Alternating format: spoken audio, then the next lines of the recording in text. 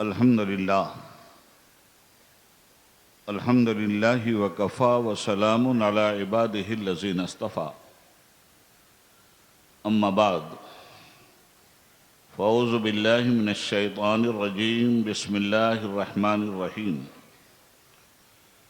وَلَنَبْلُوَنَّكُمْ بِشَيْءٍ مِّنَ الْخَوْفِ وَالْجُوعِ وَنَقْصٍ مِّنَ الْأَمْوَالِ وَالْأَنفُسِ وَالثَّمَرَاتِ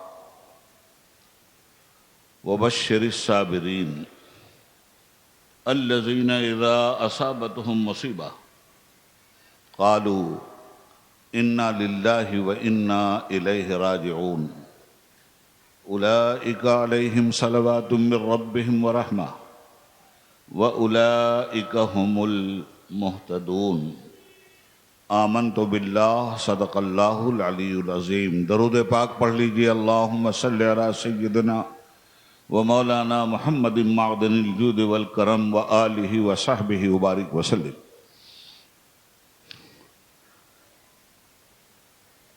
صدر باوقار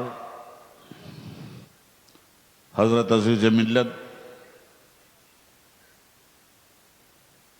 سربراہ اعلیٰ الجامعۃ الاشرفیہ مبارک پور، ڈائز پہ تشریف فرما جملہ علماء ملت اسلامیہ، اس 50 سالہ عرس کی تقریب میں تشریف لانے والے پورے ہندوستان اور بیرون ہند سے عشاقان حافظ ملت علیہ الرحمۃ والرضوان،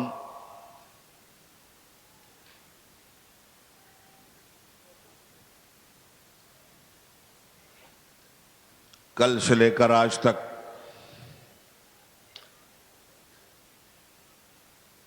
عرس مبارک کی تقریبات کا سلسلہ جاری ہے، اور میں آخری کڑی کے طور پر آپ کی خدمت میں حاضر ہوں۔ اشرفیہ کیا ہے اب سب جانتے ہیں، حافظ ملت کون ہیں سب مانتے ہیں۔ میں یہ نہیں کہہ سکتا کہ حافظ ملت کو سب جانتے ہیں۔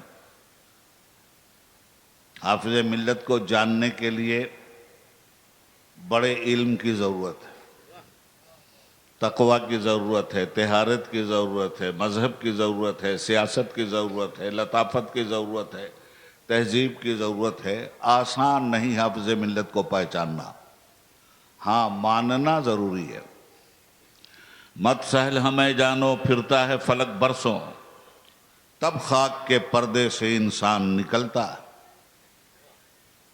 حضرت کی مبارک ذات کو ہر زاویے کے ساتھ ہمارے علماء کرام نے آپ کے سامنے پیش کیا ہے۔ میں حضرت کی زندگی کا جو ماحصل ہے وہ آپ کے سامنے رکھ کر اپنی بات کرنا چاہتا ہوں۔ یہ جو جامعہ کے احاطے میں آپ تشریف فرما ہیں، اس کا کنسپٹ حضور حافظ ملت کے اس نظریے کا حامل ہے جس نظریے کو وہ زمین پر عملی طور پر برپا کرنا چاہتے تھے۔ وہ ان کا نظریہ تحفظ شریعت ہے۔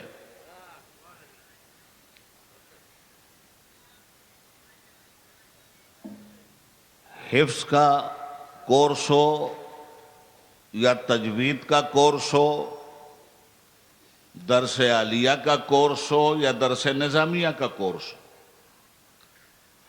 اشرفیہ کے احاطے میں تعلیم کا مقصد صرف تحفظ شریعت ہے، اور تحفظ شریعت کے لیے زاہد کی بھی ضرورت ہے، عالم کی بھی ضرورت ہے، سیاست کی بھی ضرورت ہے، بصیرت کی بھی ضرورت ہے، بصارت کی بھی ضرورت ہے، دولت کی بھی ضرورت ہے، ثروت کی بھی ضرورت ہے، اور حکومت کی بھی ضرورت ہے۔ اسلامی شریعت کا نام ہے حکمرانی۔ اور حافظ ملت اسلام کے ماننے والوں پر اسلام کی حکمرانی کا یہ محل تعمیر کر کے گئے، اور انہوں نے ایسی نشان منزل دنیا کے سامنے رکھی کہ ان کے بعد بھی ان کے اس نظریاتی مفہوم کو سمجھنا ضروری ہے۔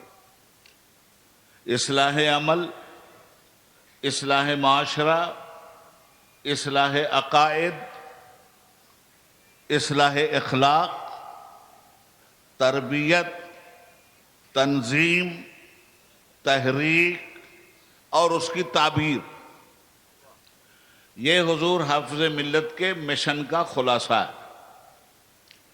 ہم جب یہ کہتے ہیں کہ اشرفیہ کے دامن میں ہر طرح کا علم حضرت کا کنسپٹ تھا، حضرت کا نظریہ تھا، تو ہر علم ایک طاقت ہے، ایک ہتھیار ہے، ایک اوزار ہے، ایک پاور ہے۔